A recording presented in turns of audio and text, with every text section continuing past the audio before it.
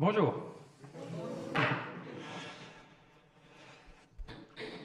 J'imagine que nous tous qui sommes ici, ou qui écoutons sur Internet, avons déjà prié Dieu. Au moins essayé de prier Dieu, n'est-ce pas? Nous avons prié Dieu de faire quelque chose pour nous ou pour quelqu'un d'autre. Vous avez alors peut-être eu la belle surprise et la joie de le voir répondre à votre prière. C'est merveilleux quand ça arrive, et ça arrive souvent. Peut-être même que cette réponse de Dieu a généré en vous une certaine crainte de Dieu, vous demandant mais qu'est-ce qu'il va me demander en retour s'il me donne ça c'est peut-être pas gratuit ou je ne sais pas. Et peut-être aussi effrayé un peu par rapport à sa puissance qui développe. Il dit mais qui suis-je pour que Dieu m'entende et réponde à ma prière? Mais peut-être aussi que vous avez prié pour une chose pendant longtemps sans avoir de réponse, en tout cas apparemment, pas de réponse apparente. Vous priez depuis des années pour un conjoint, vous priez pour un enfant, vous priez pour un bon emploi, vous priez pour une direction claire dans votre vie, vous priez pour un problème, une difficulté, pour un changement que vous aimeriez voir dans votre vie. Et cela n'arrive pas, tout du moins pas comme vous l'aimeriez. Vous pouvez alors être découragé même de continuer à prier. Et c'est certainement arrivé à beaucoup d'entre nous. Si vous êtes chrétien depuis des années, votre expérience de la prière est sûrement ambivalente, c'est-à-dire avec des hauts et des bas, avec des réponses, mais aussi des silences, avec des encouragements, mais aussi des désillusions. Alors j'espère que les paroles de Jésus que nous allons voir vont vous encourager à persévérer dans la confiance en Dieu. Nous sommes dans l'évangile de Matthieu, dans son dernier chapitre, du fameux Sermon sur la montagne, le chapitre 7.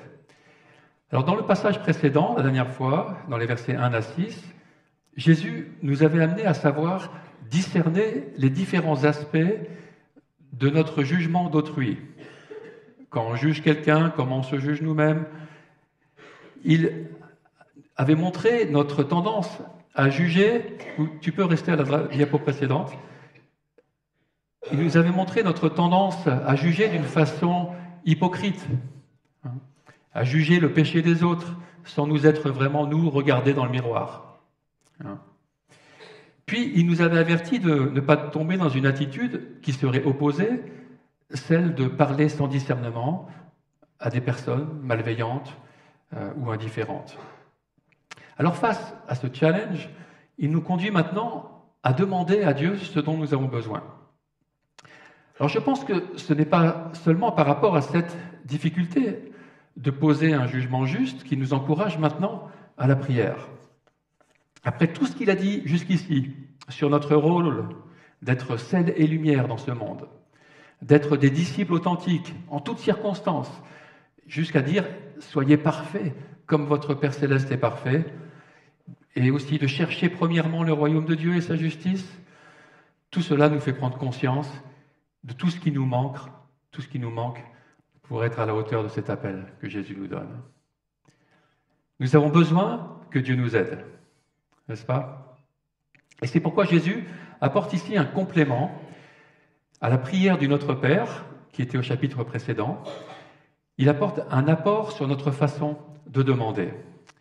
Ainsi, en Matthieu 7,7, « Demandez et l'on vous donnera, cherchez et vous trouverez, frappez et l'on vous ouvrira. En effet, toute personne qui demande reçoit, celui qui cherche trouve, et l'on ouvre à celui qui frappe. Qui parmi vous donnera une pierre à son fils s'il lui demande du pain? Ou s'il demande un poisson, lui donnera-t-il un serpent? Si donc, mauvais comme vous l'êtes, vous savez donner de bonnes choses à vos enfants, votre Père Céleste donnera d'autant plus volontiers de bonnes choses à ceux qui les lui demandent. » Si on prend ces paroles telles quelles, ne sont-elles pas encourageantes? Elles nous encouragent à prier. Jésus ne pourrait pas insister davantage au versets 7 et 8. dans son affirmation d'une issue positive à notre démarche de prière. 3 fois, il répète dans le verset 7 et encore 3 fois dans le verset 8. Vous pouvez montrer le tableau suivant. Voilà. Demandez et l'on vous donnera. Toute personne qui demande reçoit. Cherchez et vous trouverez. Qui cherche trouve. Frappez et l'on vous ouvrira. On ouvre à celui qui frappe. Alors déjà, de répéter 2 fois dans la culture de l'époque, c'était assurer la véracité d'une chose, son importance. Comme lorsque Jésus disait « Amen, Amen, je vous le dis » ou « En vérité, je vous le dis ». Mais répéter une chose 3 fois était plus rare. On le trouve dans la Bible. Mais c'était pour montrer le caractère irrévocable d'une chose, son extrême importance pour notre vie.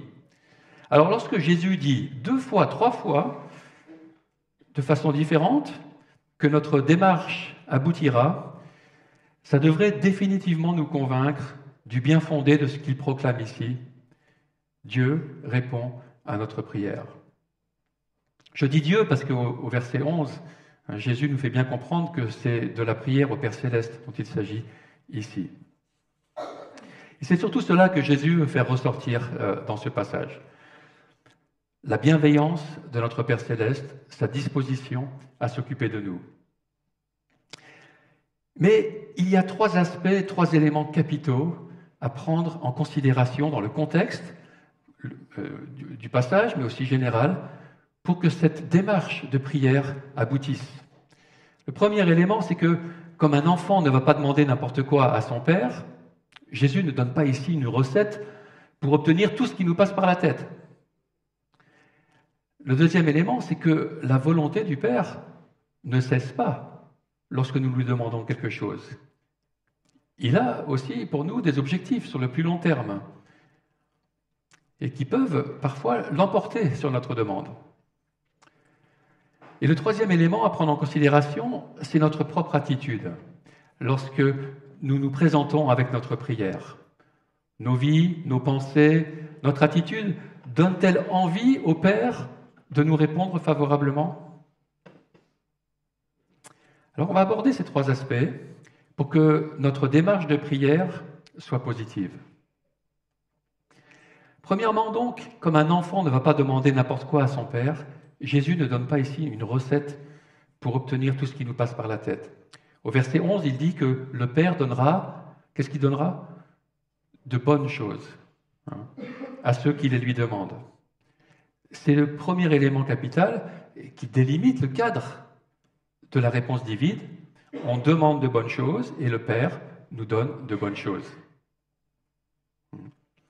Ceux qui s'arrêtent au verset 7 et 8 seulement pour en faire une vérité absolue, que Dieu donnerait tout ce qu'on lui demande, sans considérer le verset 11, n'interprètent pas correctement les paroles de Jésus.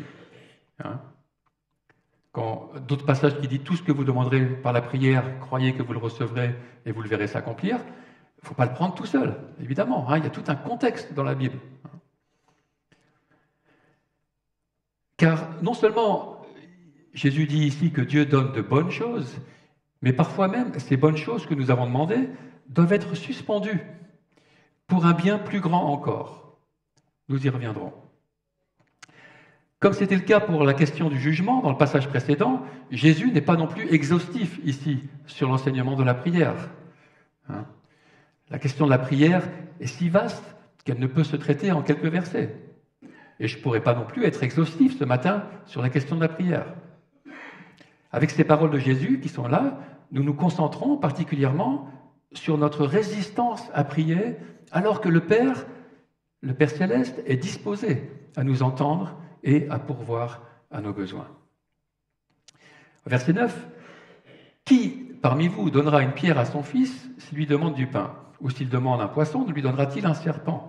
Si donc, mauvais comme vous l'êtes, vous savez donner de bonnes choses à vos enfants, votre Père Céleste donnera d'autant plus volontiers de bonnes choses à ceux qui les lui demandent. Avec la relation parent-enfant, avec les pierres, le pain, les poissons, les serpents, Jésus utilise là des choses courantes de la vie autour du lac de Galilée à l'époque.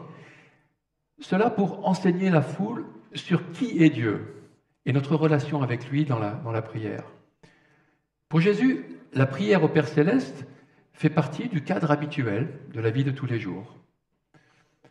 Comme les parents font leur nécessaire pour que leurs enfants aient ce qu'il leur faut quand ils ont faim, le Père Céleste fait le nécessaire pour que lorsque nous lui demandons ces bonnes choses dont nous avons besoin, elles soient disponibles.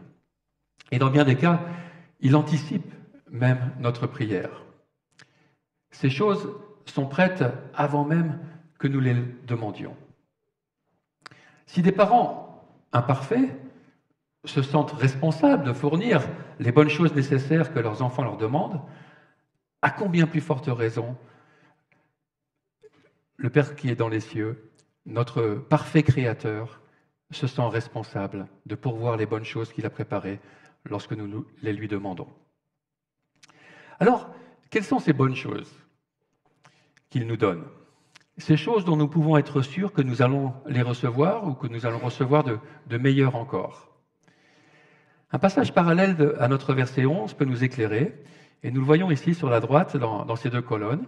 C'est dans l'évangile de Luc au chapitre 11, verset 13, où Jésus dit ceci: « Si donc, mauvais comme vous l'êtes, vous savez donner de bonnes choses à vos enfants, le Père Céleste donnera d'autant plus volontiers le Saint-Esprit à ceux qui le lui demandent. » Vous voyez qu'il s'agit des mêmes paroles de Jésus dans les deux passages, sauf que pour Luc, les bonnes choses correspondent au Saint-Esprit. Et c'est aussi là l'intérêt d'avoir plusieurs évangiles, car ils peuvent se compléter, s'éclairer l'un l'autre. Ces bonnes choses en Matthieu sont donc liées à la dimension spirituelle de nos vies en Luc. Mais il ne faut toutefois pas se méprendre. Dans la pensée biblique, la dimension spirituelle, elle n'est pas séparée de la dimension matérielle. Ce n'est pas deux choses qui n'ont pas de rapport entre elles. La dimension spirituelle inclut la dimension matérielle. Dieu qui est esprit englobe toute la réalité matérielle et son Saint-Esprit vient habiter la réalité matérielle comme il le veut. Un passage de l'Ancien Testament réunit ce même objectif de Matthieu qui est traduit par bonne chose avec l'Esprit de Dieu de Luc. Et nous lisons ainsi en Néhémie 9, 20, qui parle du soin que Dieu a apporté aux Israélites lorsqu'ils ont vécu 40 ans dans le désert. Tu leur as donné ton bon esprit. Le bon, c'est la même chose que dans bonne chose. Tu leur as donné ton bon esprit pour les rendre sages. Tu ne les as pas privés de ta manne et tu as continué à leur fournir de l'eau pour étancher leur soif. Dieu a donné son bon esprit pour apporter la sagesse et il a aussi donné la nourriture terrestre. Les deux vont ensemble. On retrouve encore ces deux mots, l'adjectif bon et esprit, dans le psaume 143, verset 10. « Enseigne-moi à faire ta volonté, car c'est toi qui es mon Dieu. Que ton bon esprit me conduise sur le terrain de la droiture. » Quelles sont donc ces bonnes choses que le Seigneur veut nous donner? Si nous rapportons ce bon esprit au Sermon sur la montagne, donc ce bon esprit, c'est une formule qui combine un peu ces bonnes choses et le Saint-Esprit que nous demandons, nous en déduisons qu'il s'agit essentiellement de demander à Dieu une assistance, de lui demander des capacités de pouvoir comprendre et vivre tout ce que Jésus a enseigné jusque-là dans le Sermon sur la montagne, et que Dieu est disposé à nous les donner si nous les lui demandons avec sérieux. Et cela va tout à fait dans le sens de ce qu'il disait quelques versets plus tôt, 6.33, de chercher premièrement le royaume de Dieu, et puis toutes les choses matérielles viendront ensuite. Et c'est d'ailleurs quand il dit « chercher premièrement le royaume de Dieu », c'est le même mot « chercher » que nous avons ici dans ce passage, qui évoque la prière.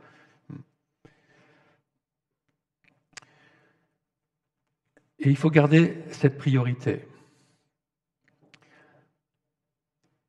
Il y a un deuxième élément capital qu'il faut prendre en compte dans notre démarche et qu'on voit aussi dans ce verset du psaume 143.10, c'est la notion de la volonté de Dieu.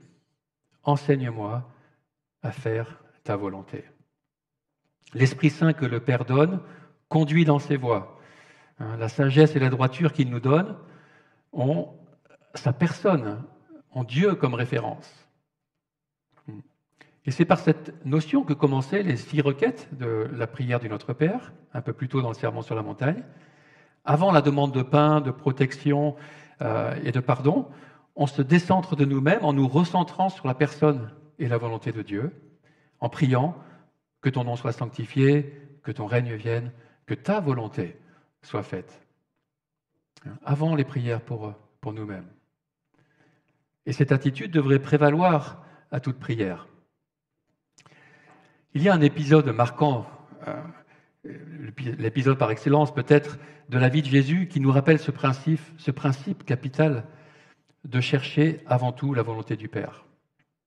C'est un moment, lorsque la veille de sa crucifixion, Jésus est allé prier dans le jardin de Gethsémanée. Un moment extrêmement intense et angoissant. Il demande à Dieu de soulager son angoisse face à cette coupe qui l'attend. Il demande que cette coupe s'éloigne. Et dans l'imagerie biblique, boire la coupe, c'est probablement ici ingérer, boire le jugement de Dieu, le recevoir.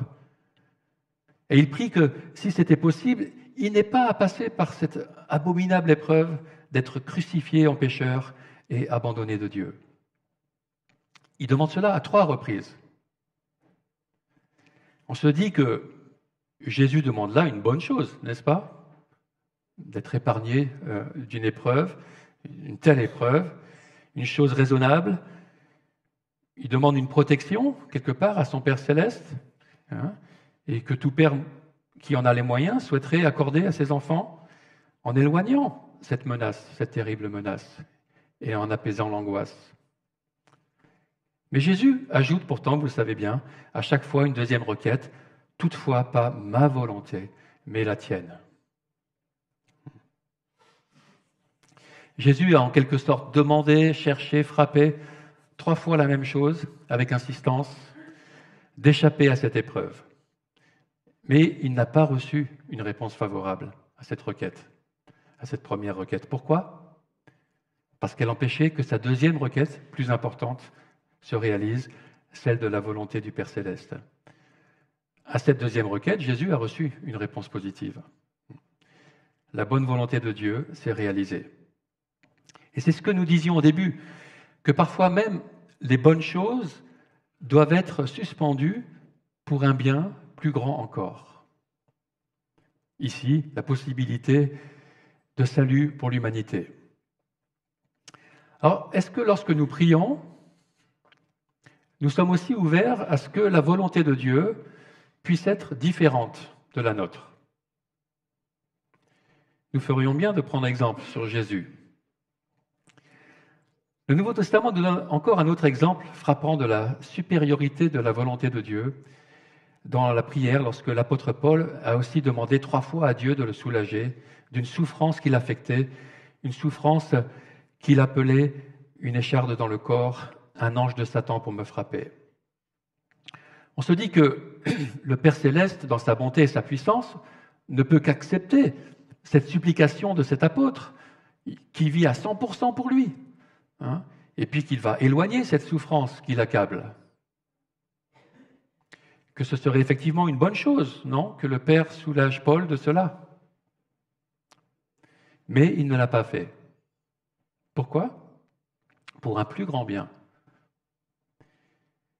Paul raconte cela en 2 Corinthiens 5,7. « Pour que je ne sois pas rempli d'orgueil, à cause de ces révélations extraordinaires, j'ai reçu une écharde dans le corps, un ange de Satan pour me frapper et m'empêcher de m'enorgueillir. 3 fois, j'ai supplié le Seigneur de l'éloigner de moi. Et il m'a dit, ma grâce te suffit, car ma puissance s'accomplit dans la faiblesse. » Les bonnes choses que le Père nous donne ne sont donc pas toujours celles que nous demandons. Au fond de nous-mêmes, nous devrions arriver à reconnaître que c'est pourtant toujours une bonne chose lorsque c'est la volonté du Père qui s'accomplit et qui l'emporte sur la nôtre. Parce que lui sait ce qui est un plus grand bien. C'est un deuxième élément capital à prendre en compte, la volonté du Père céleste. Un troisième aspect important ressort de cette présentation de Jésus sur notre demande à Dieu, c'est la question de notre attitude, avec la notion d'engagement. Ces verbes demander, chercher, frapper nous font réaliser que la démarche de la prière est avant tout une relation, une rencontre avec une personne. Une personne qui est bien plus grande et plus puissante que nous. Nous demandons parce que nous sommes dans le besoin.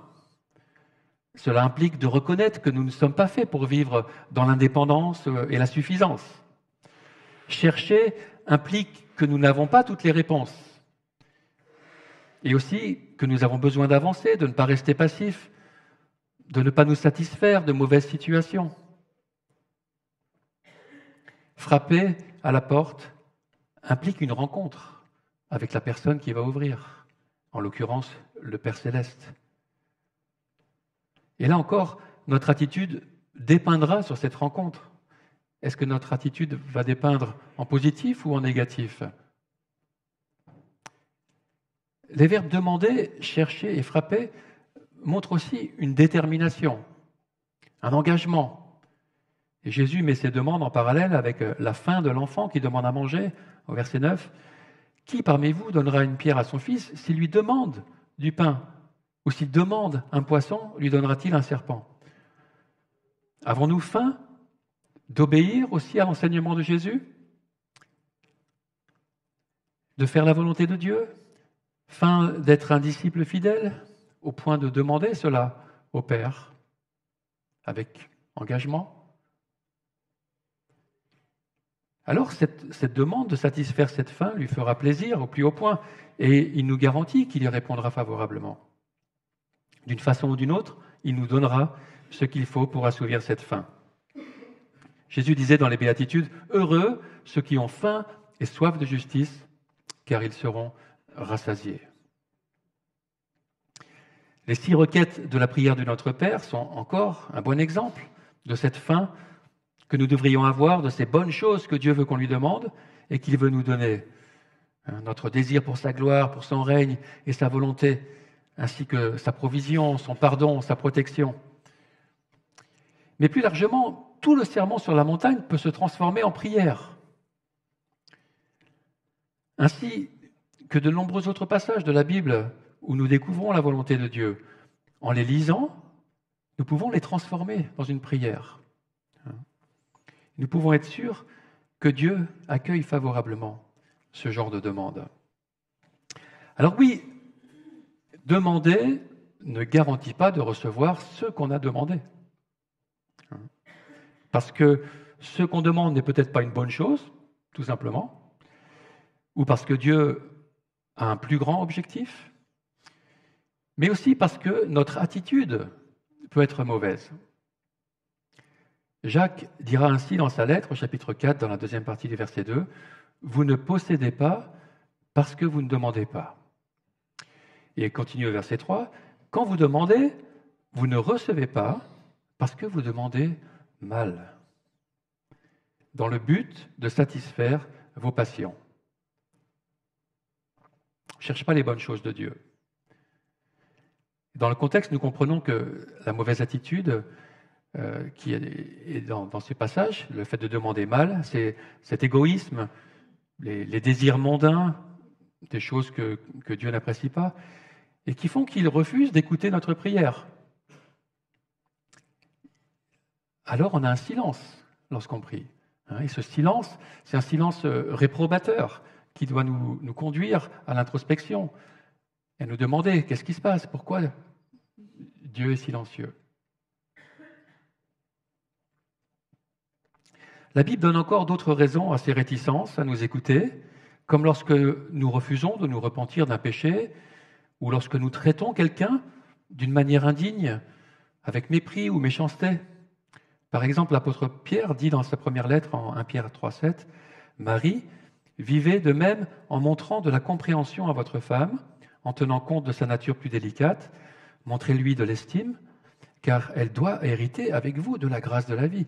Agissez ainsi afin que rien ne fasse obstacle à vos prières. » Alors même si les dynamiques hommes-femmes ont quelque peu évolué depuis 2000 ans, cela ne change rien au fait que pour Dieu, notre mauvaise attitude face à notre conjoint ou à une autre personne peut être un obstacle à notre prière. C'est important pour Dieu, la façon dont on traite les autres. Mais toutefois, ces exemples de blocage, on ne doit pas s'arrêter là-dessus. Ils sont donnés pour qu'on puisse les traiter, pour qu'on puisse les ôter, ces blocages. Ils sont traités pour être mis en lumière et être enlevés. Surtout, ils ne devraient pas nous faire rater ce bel encouragement que Jésus nous donne de prier avec foi et confiance pour de bonnes choses. Repentons-nous, entrons dans cette bonne façon de demander au Père, lorsque notre prière est légitime et que nous la faisons dans la recherche de l'amour, dans la recherche de l'amour de Dieu, dans la recherche de l'amour du prochain. Demandons simplement alors, avec humilité, comme un enfant demande à son Père. Jésus ne nous encouragerait pas en répétant 6 fois qu'on recevra du Père ce qu'on a demandé, si c'était pour dire qu'il est rare que Dieu réponde.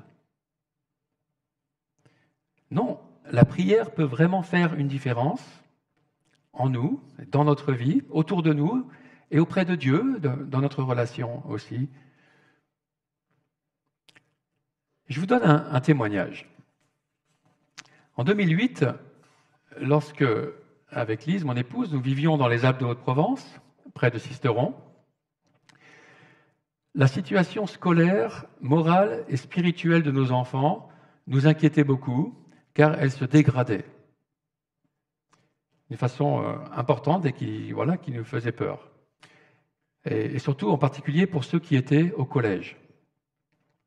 On ne savait pas quoi faire pour empêcher qu'ils se laissent influencer dans des mauvaises directions. On priait, bien sûr, pour cela, mais on ne voyait pas d'amélioration. Et même, ça s'empirait. Début 2009, à la recherche d'une solution, nous désirions vraiment pouvoir faire bénéficier à nos enfants d'une autre scolarité, un autre environnement que ce qu'ils avaient au collège de Sisteron, et qui, selon les dires même d'une professeure avec qui on était en relation, disait que cette école les tirait vers le bas. Alors, je ne vais pas rentrer dans le débat récent sur les écoles publiques et les écoles privées, etc. Il y a des bonnes écoles privées, bonnes écoles publiques, voilà. Mais la dynamique qui vivait là-bas les tirait vers le bas. Alors, Lise avait entendu parler d'une bonne école chrétienne, anglophone. Bon, nos enfants étaient pratiquement tous anglophones, qui s'appelle Black Forest Academy, près de la frontière française en Allemagne. Alors, assez loin de là où on était. Mais elle osait à peine y penser, tellement les coûts pour cette école privée étaient absolument hors de portée pour nous. Il faudrait que nos rentrées financières augmentent de 1 800 € par mois, alors qu'on avait déjà vraiment du mal à finir chaque mois. On continua pourtant à prier, tous les deux à ce sujet, et la pensée s'installa que c'était peut-être quand même la direction à prendre, que c'était peut-être quand même la volonté de Dieu. Mais on ne pouvait pas embarquer toute notre famille sur un peut-être, comme ça, dans cette voie, et aller au casse-pipe sans être vraiment sûr. Car il faudrait que Dieu pourvoie d'une façon miraculeuse pour que ça puisse se réaliser. D'abord que nos enfants soient acceptés dans cette école, ce qui n'était pas gagné, et puis ensuite qu'on trouve un nouveau ministère, pas trop loin, où je pourrais être rémunéré, puis une nouvelle maison, une nouvelle voiture, parce que ça impliquerait beaucoup de trajets journaliers, et puis donc toutes les finances qui vont avec et que nous n'avions pas et que nous n'avions aucune idée comment obtenir. Alors, on demanda à Dieu de nous accorder un signe, comme un feu vert, pour savoir s'il fallait vraiment aller de l'avant. En aparté, demander un signe à Dieu, ce n'est pas forcément une chose qu'il faut faire. Je ne recommande pas ça normalement. Mais il peut y avoir des situations où ça peut être approprié, quand on a vraiment besoin de savoir. Dieu, en général, ne rentre pas forcément dans cette démarche, dans ce cadre qu'on lui donne d'un signe, Parce qu'il veut qu'on puisse assumer nos choix, que les choix que nous faisons, nous les assumions. Et si c'est un signe qu'il nous donne, ben voilà, tout repose sur lui, c'est plus nous qui prenons l'engagement. Mais il peut y avoir des moments où demander un signe peut être approprié. On en voit dans la Bible. Pas beaucoup, mais on en voit. Le signe qui nous vint à l'esprit, c'était que si quelqu'un nous parlait de cette école, Black Forest Academy, dans la semaine qui suivait, alors on le prendrait comme un feu vert, comme étant sa volonté. Alors, il faut savoir qu'il n'y avait aucune raison pour que des personnes nous en parlent. C'est quelque chose qu'on avait vraiment très rarement entendu parler. Voilà, donc on l'a mis comme quelque chose qui était peu probable en fin de compte, ceci. Pour être sûr que si jamais ça se passait, ça serait vraiment un feu vert.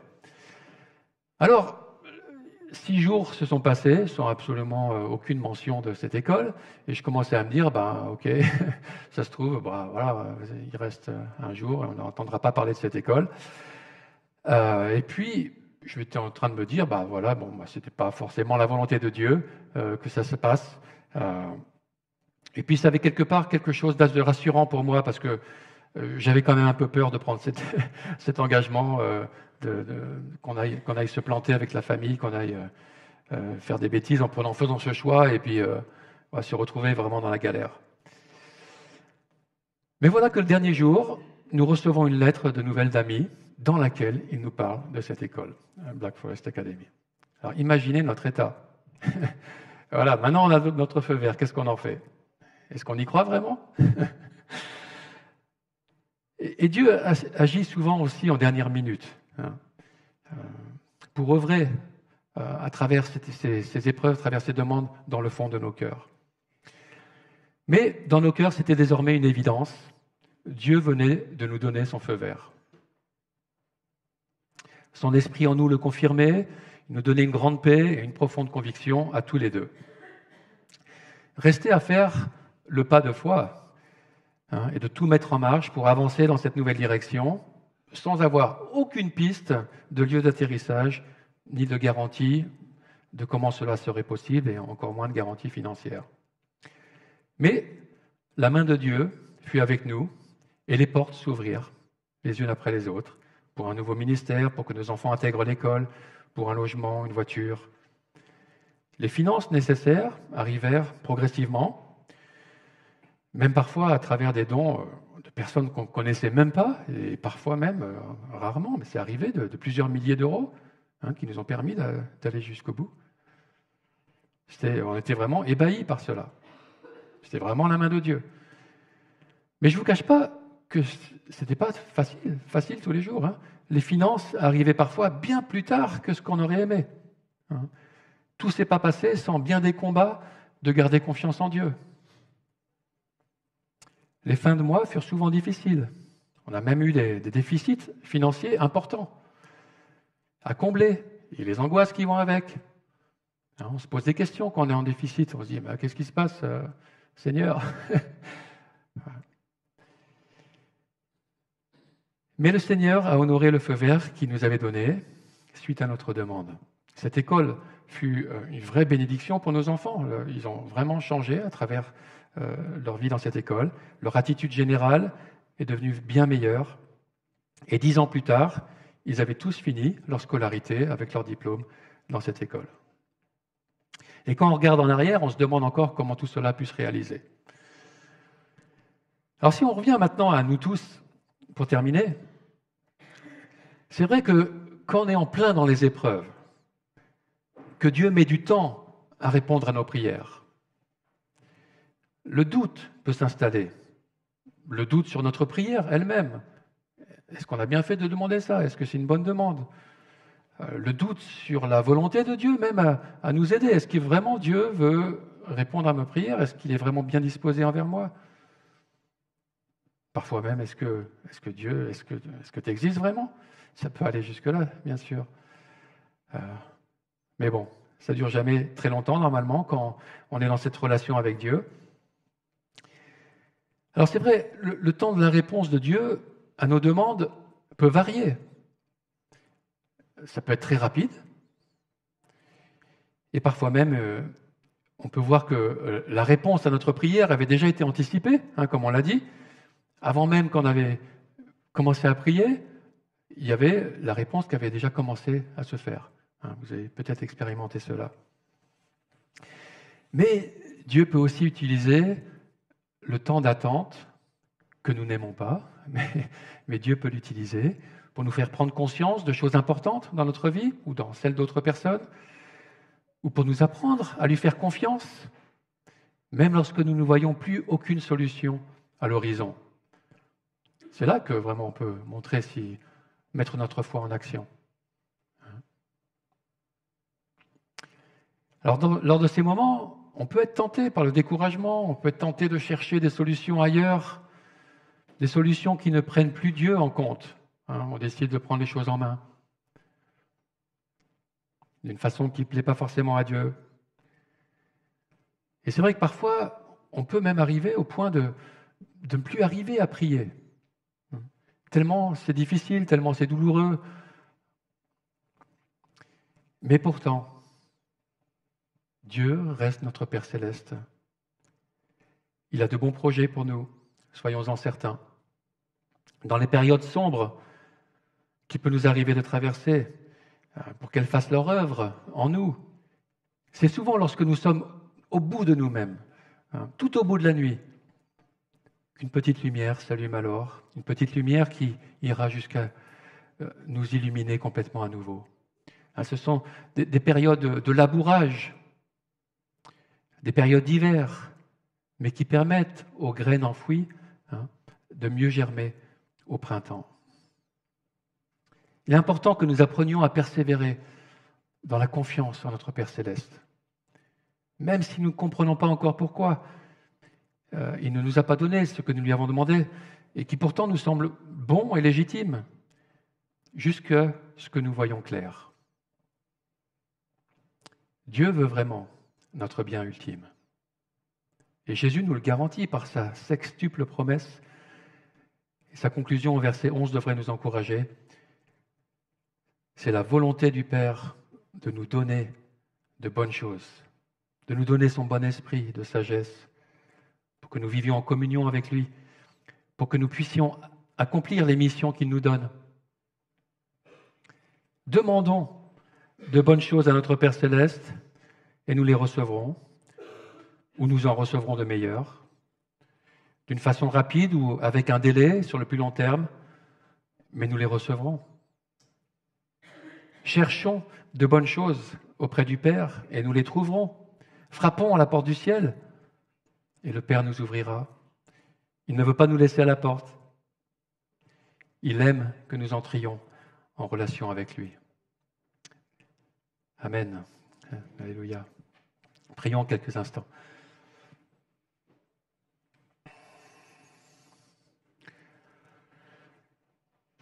On veut te louer, Père Céleste, pour toutes les prières auxquelles tu as répondu, pour ton soin pour nous, lorsque nous nous adressons à toi, et même lorsque nous oublions de le faire, tel un parent, tu prends soin quand même de nous. Mais au-delà de toutes ces choses, Seigneur, que tu as fait pour nous, que tu nous as donné, que tu nous donneras encore, nous voulons reconnaître, réaliser que c'est toi-même la meilleure chose, cette relation avec toi. Et nous comprenons, Seigneur, que tu utilises les épreuves, les silences aussi, en fin de compte, pour nous rapprocher de toi, pour nous faire entrer en connexion avec ta volonté, en harmonie avec ta volonté, pour que nous puissions la comprendre.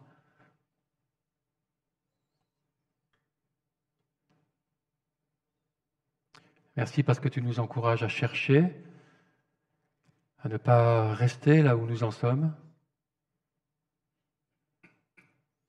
à ne pas nous satisfaire de notre situation, mais à nous rapprocher toujours plus de toi, à frapper. Merci parce que tu es disposé, Seigneur, bien sûr,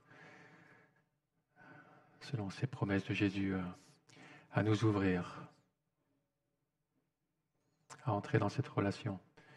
Seigneur, pardon pour toutes les déviations que nous faisons, pour le manque de foi, pour toutes les fois où nous prenons les choses en main nous-mêmes parce que nous n'avons plus confiance en toi, parce que nous en avons marre d'attendre. Donne-nous, Seigneur, cette persévérance, cette foi, cette confiance dans ta bonté.